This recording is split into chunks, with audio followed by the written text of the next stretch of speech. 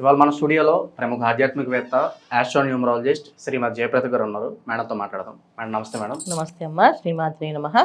మార్చి 29 నుంచి శని భగవానుడు కుంభరాశి నుంచి మీనరాశిలోకి సంచారం జరుగుతుంది. మరి దీని ప్రభావం వృశ్చిక రాశి వారి మీద ఎలా ఉండబోతుంది మేడం? సో వృశ్చిక రాశి వాళ్ళకి అర్ధాష్టమ శని పోయి వీళ్ళకి ఇప్పుడు దాకా జరిగే కష్టాలు బాధలు అన్నిటి నుంచి ఫుల్ స్టాప్ పడుతుంది. చిక్కుల వల్ల నుంచి బయటపడే అవకాశం కనిపిస్తుంది. చక్కగా ప్రశాంతమైన వాతావరణానికి కాస్త జీవితంలో కాస్త ఇప్పుడే ఏదో ఒక ఆనందాన్ని చవిచూసే అవకాశం కనిపిస్తుంది వృశ్చిక రాశి వాళ్ళకి.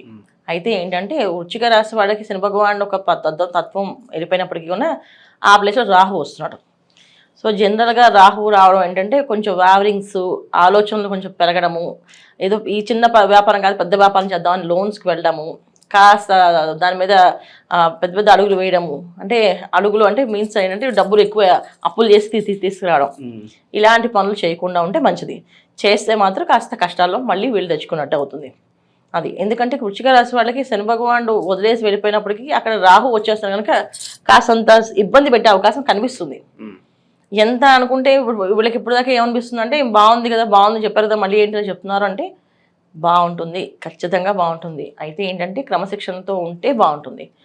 క్రమశిక్షణ లేకుండా అంటే డబ్బుని వృధాగా ఖర్చు పెట్టినా, తోటి వారితో ఏదైనా మాట అంటూ, అంటే తల్లిదండ్రులు కానీ భార్య పిల్లలతో కానీ కోపం పడుతూ అరుచుకుంటూ వాళ్ళని తిడుతూ వాళ్ళని హింసిస్తూ ఉంటే మాత్రం ఖచ్చితంగా ఇబ్బంది పడతారు. మళ్ళీ దానివల్ల ఎటువంటి సుఖం లేదు, అది అదృష్టము లేదు. సో తల్లిదండ్రులు గౌరవంగా చూసుకోవాలి, భార్య పిల్లల్ని బాధ్యతగా చూసుకోవాలి.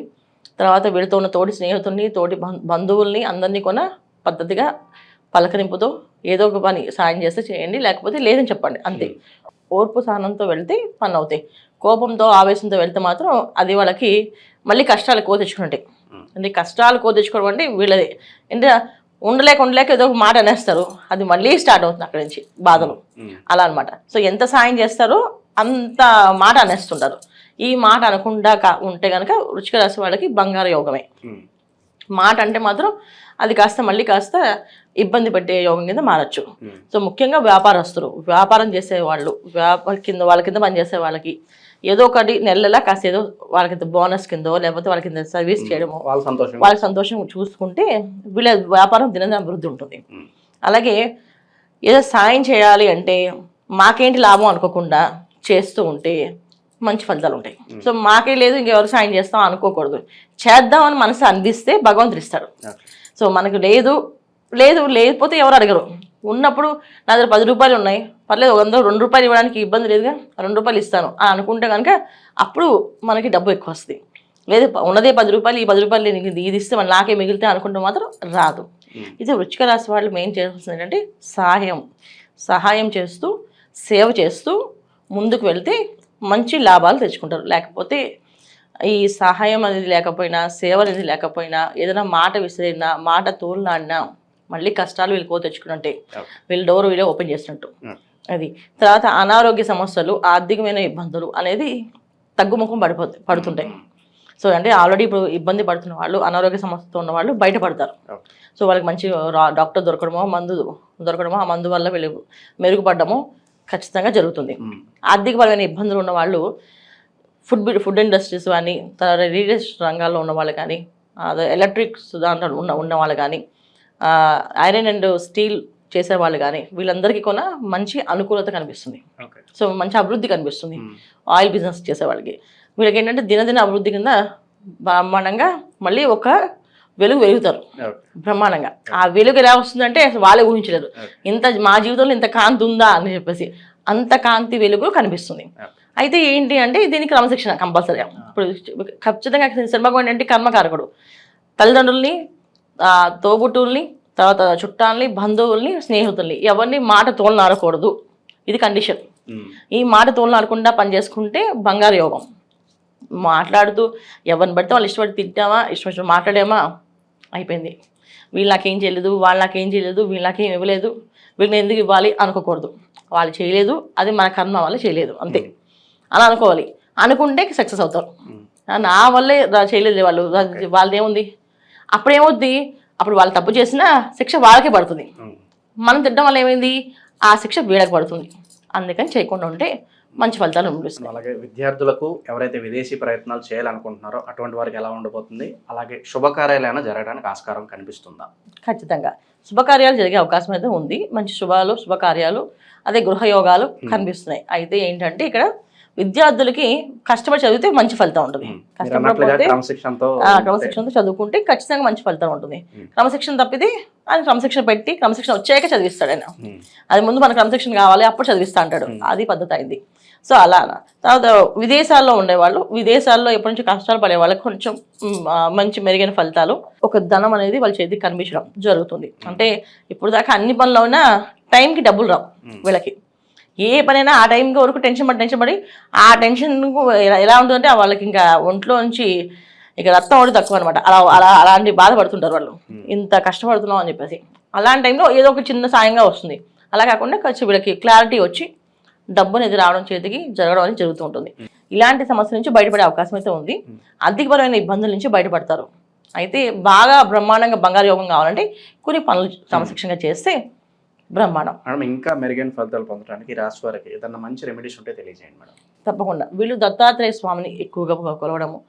జై గురుదత్త శ్రీ గురుదత్త అని కోపం వచ్చిందా, జై గురుదత్త శ్రీ గురుదత్త, జై గురుదత్త శ్రీ గురుదత్త అనుకుంటూ ఉంటే ఆ ఆ కోపం అంతా తగ్గిపోయి ఆ గురువు యొక్క అనుగ్రహం వల్ల నోట్లోంచి మంచి మాటలు వస్తాయి. అప్పుడు ఎదుటి వాళ్ళు కూడా చేయాలనిపిస్తుంది. సరే ఇన్నాళ్ళు కష్టపడుతున్నారు, సాయం చేస్తే ఏమైపోద్ది అని సాయం చేయడానికి తోటి స్నేహితులు, బంధువులే వస్తారు. లేకపోతే వాళ్ళే శత్రువులుగా మారుతారు. సో ఇలా చేసుకుంటూ నామాన్ని ఆలాపనగా చేసుకుంటూ ఏదో ఒక మంత్రాన్ని కంటిన్యూ చదువుతూ ఉంటూ ప్రతి అమావాస్యకి శ్రీశైలం వెళ్ళి దర్శనం చేసుకుంటూ వస్తుంటే అన్ని అనుకూలంగా మారుతాయి. ప్రతి అమావాస్యకి శ్రీశైలం వెళ్ళాలి, దర్శనం చేసుకుంటూ రావాలి. అంటే బాగా తొందరగా అభివృద్ధి రావాలి అనుకుంటే మాత్రం ఇలా వెళ్ళడం. వెళ్ళలేని పరిస్థితి అమావాస్య రోజున అమ్మవారి లక్ష్మీ అమ్మవారి టెంపుల్కి వెళ్ళడం, కాస్త ప్రదక్షిణాలు చేయడం, అక్కడ అమ్మవారి దగ్గర కాస్త పూజ చేయించుకొని కుంకుమార్చన చేయించుకొని రావడం మంచి ఫలితాలు వస్తాయి. వెళ్ళగలిగిన వాళ్ళు వెళ్ళొచ్చు, వెళ్ళలేని వాళ్ళు గుళ్ళోకి వెళ్ళి అక్కడ దగ్గరలో ఉన్న అమ్మవారి గుడికి వెళ్ళి అమ్మవారి దండం పెట్టుకుని చూస్తే కూడా అమ్మ అంతా నువ్వే చూసుకో అమ్మ అని చెప్పి దండం పెట్టుకుంటే మంచి ఫలితాలు ఆవిడ అందిస్తుంది వీళ్ళకి. జనరల్ శని భగవానుడు అంటే మనం ఏదైనా శనేశ్వరుడు అనగానే భయపడుతుంటాం. ఇది ఇలాంటి శని ప్రభావం వస్తుంది, అర్ధాష్టమ శని వస్తుంది, అష్టమ శని వస్తుంది అని చెప్పేసి. సో ఎక్కడ మనుషులు ఎక్కడ ఎవరో ఏది క్రమశిక్షణ పెట్టరు. మనలో ఉన్న ఒక రూపం ఏదైతే ఉందో అది బయటపడుతుంది. సో ఆ మనలో ఉన్న రూపాలు ఏంటంటే చాలామందికి మంచితనం అనేది కొంతమందికి ఉంటుంది, కొంతమందికి చెడు లక్షణాలు ఎక్కువగా ఉంటాయి. సో చెడు లక్షణాలని కమ్మి దాచిపెట్టేసి మంచి రూపంలో వేసుకుంటూ నడిచే వాళ్ళందరినీ ఆయన ఆ చెడు రూపాన్ని బయట పెడతాడు. అలాగే మంచి లక్షణాలు ఉన్న వాళ్ళకి ఆ మంచి రూపానికి ఒక గుర్తింపు అనేది ఇస్తాడు. అది శని భగవానుడు చేసే మెయిన్ క్రమశిక్షణ. కర్మకారకుడు అంటే కర్మని మన కర్మ అనేది ఏంటి అంటే మన గత జన్మలో చేసుకున్న కర్మని ఎలా చేసుకున్నామో ఈ జన్మ తీసుకుంటాం. ఈ జన్మలో మనం చేయాల్సిన పనులు ఏవైతే ఉన్నాయో అది ఆయన చేపిస్తాడు ఖచ్చితంగా. ఒకరు కష్టపడుతున్నారు, బాగా ఇబ్బంది పడుతున్నారు, అధిక కష్టం ఎక్కువగా ఉంది అంటే వాళ్ళు అలా పడి తర్వాత అదృష్టాన్ని అందుకోవాలన్నమాట. అందుకని ఆ కష్టం పడేలాగా చేస్తాడు ఆయన. అందుకే కష్టపెట్టాడు అని అనుకోకూడదు. ఆ కష్టం ఒక విలువ తెలిస్తేనే మనకు ఆ సుఖం విలువ తెలుస్తుంది. సో ఒకసారి కష్టపడ్డాము అంటే ఈ కష్టానికి సుఖం అనేది వస్తుంది అని అర్థం. అందుకని ఆ విలువ తెలియడానికి ఆయన చేస్తుంది. అందుకే శని భగవానుడు రావడం అంటే ఒక విధంగా ఒక బాధ్యతగా తీసుకొని మనం మారడానికి ఒక అవకాశము, మనం మారుదాము అనుకుంటే చాలా బ్రహ్మాండమైన ఫలితాలు కనిపిస్తాయి. శని భగవానుడు ఎప్పుడు కూడా ఎవరికైనా సరే వాళ్ళకి కావాల్సిన జాతకంలో వాళ్ళకు ఉండే యోగాన్ని ఇవ్వడం తప్ప ఆయన కొత్తగా ఏమి పక్క నుంచి చేర్చి ఏమి ఇవ్వడు. వాళ్ళ యోగంలో ఏదైతే ఉందో అది పూర్తిగా పరిపూర్ణంగా అనుభవించేలా చేస్తాడు. మన జాతకంలో మనం కష్టపడే అవకాశం ఉంది, రాసి ఉంది అంటే కష్టపడతాం. లేదు మన జాతకంలో అదృష్ట యోగం ఉంది అంటే ఖచ్చితంగా అదృష్ట యోగాన్ని అందుకుంటాం.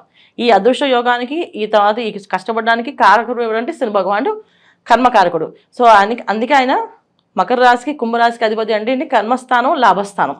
సో జనరల్గా మనం చూసుకుంటే 10వ స్థానం 11వ స్థానం అవుతుంది. 10వ స్థానం అంటే కష్టపడడం ఎలాగో, 11వ స్థానం అంటే లాభపడడం ఎలాగో. అంటే 10వ స్థానంలో కష్టపడడం నేర్పిస్తే తర్వాత సుఖపడి చూపిస్తాడు ఆయన.